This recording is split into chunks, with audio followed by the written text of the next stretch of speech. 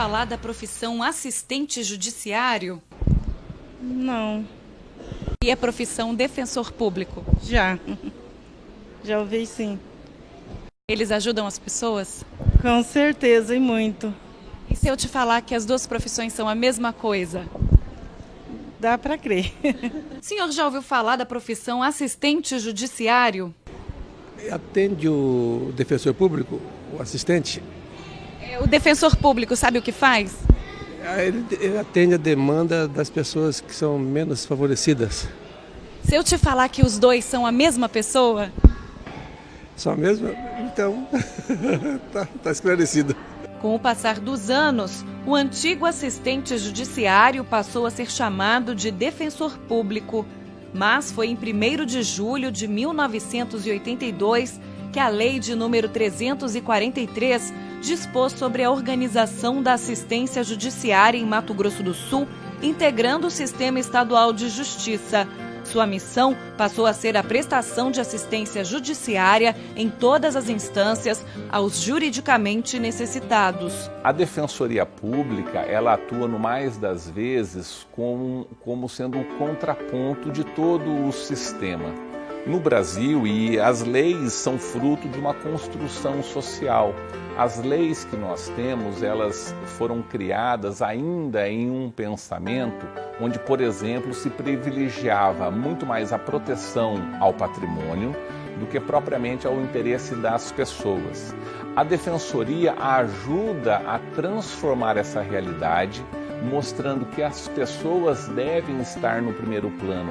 As leis devem ser criadas e aplicadas levando em consideração o ser humano que será atingido pelas decisões que são proferidas. Nesse sentido, a Defensoria realiza um trabalho de vanguarda, um trabalho de ponta, indicando novos caminhos para a nossa evolução legislativa. Considera-se juridicamente necessitado toda pessoa cuja situação econômica não lhe permite pagar despesas judiciárias e honorárias advocatícias sem prejuízo ao sustento próprio ou da família. Vale lembrar que a Defensoria Pública de Mato Grosso do Sul é a segunda mais antiga e atuante do Brasil.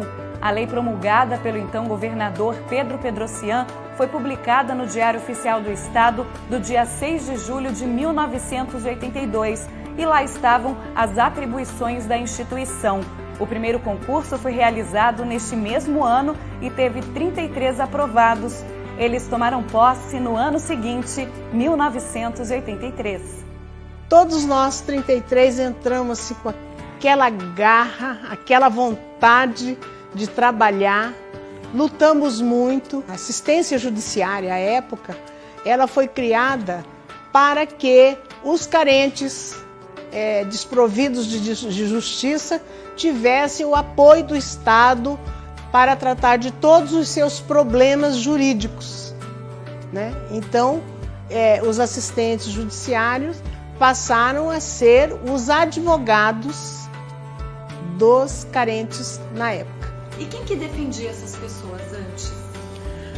O Ministério Público tinha também, além dos promotores de justiça, o quadro dos defensores do Ministério Público. É eles que faziam esse serviço. Entre os aprovados no primeiro concurso estava Sueli Pletzneder, a primeira chefe da instituição no estado.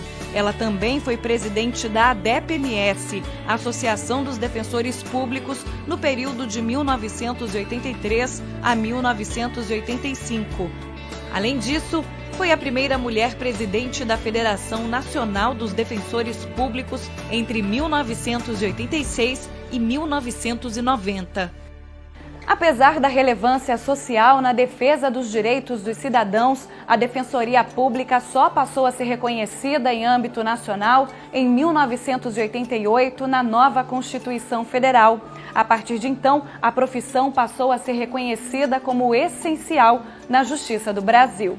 Eu assumi a comarca de Jardim e atuava respondendo por Bela Vista, Porto Murtinho e Bonito. Nós tivemos também, devo dizer, que em muitas comarcas, auxílios da prefeitura. E como o fórum funcionava na prefeitura, O meu local de trabalho era no corredor. Passou um determinado tempo, eu passei para atuar numa cozinha em Jardim. E depois foi conseguido o fórum, o prédio do fórum, e aí nós tivemos uma sala destinada ao defensor, e dessa forma que foi crescendo a defensoria. Tínhamos, no início, uma situação precária junto à associação, que não tínhamos dinheiro para a gente procurar fazer o trabalho junto a Brasília. Então nós cotizávamos, alugamos um apartamento em Brasília e cada semana iria um grupo de defensores para lá, fazíamos até a nossa comida lá e a gente trabalhava junto aos deputados federais, senadores, batalhando para implantar junto à Constituição que não existia nada de defensoria pública. A partir da Constituição de 88, a Defensoria passou a ser a instituição essencial à Justiça, formando o tripé da Justiça, né? Então, o que seria? Os três pontos desse tripé: a magistratura, a promotoria pública e a defensoria pública. A Lei Complementar 111, de 17 de outubro de 2005, garantiu mais autonomia para a Defensoria Pública sul-mato-grossense. Os dispositivos da lei estabeleceram competência e estrutura de seus órgãos, além da estruturação do estatuto da respectiva carreira funcional.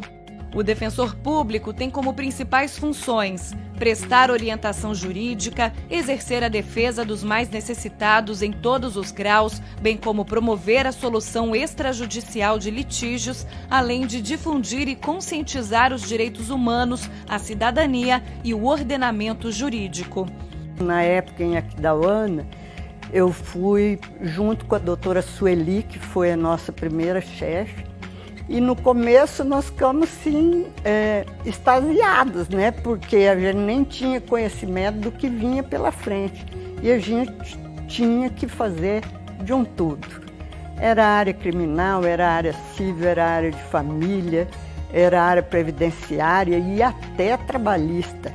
Naquela época foi muito complicado. Eu me lembro que o dia que a gente chegou, eles encaminharam apenas 50 processos criminais para a gente decidir entregar em 5 dias. A gente nem sabia do que se tratava aquilo tudo. Hoje, realmente, a gente pode falar que a instituição cresceu muito.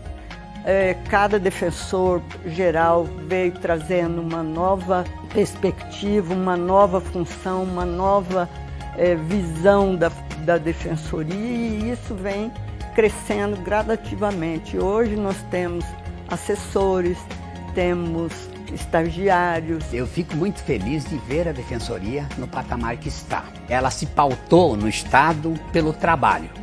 O trabalho foi a meta, foi a que dignificou essa instituição.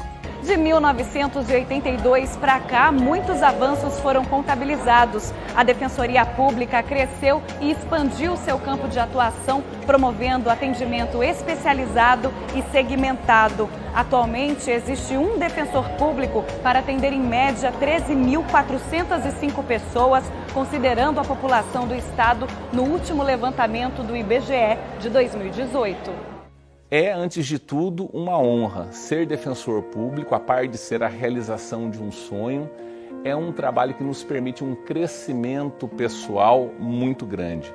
As questões jurídicas que chegam cada dia às portas aí dos defensores e defensoras públicas desafiam um estudo constante, um aprimoramento, um aperfeiçoamento da técnica. Mas nós temos que também focar sempre na questão do ser humano. E nós temos oportunidade de lidar com tantos dramas da vida real, tantas situações que não raras vezes nós que não somos máquina, temos também um coração, acabamos nos emocionando, acabamos também nos solidarizando àquela dor. E cresce, claro, a nossa responsabilidade de tentar, com todos os esforços de que dispomos, solucionar a dor, o problema que angustia tanto a vida daquela pessoa que nos procura.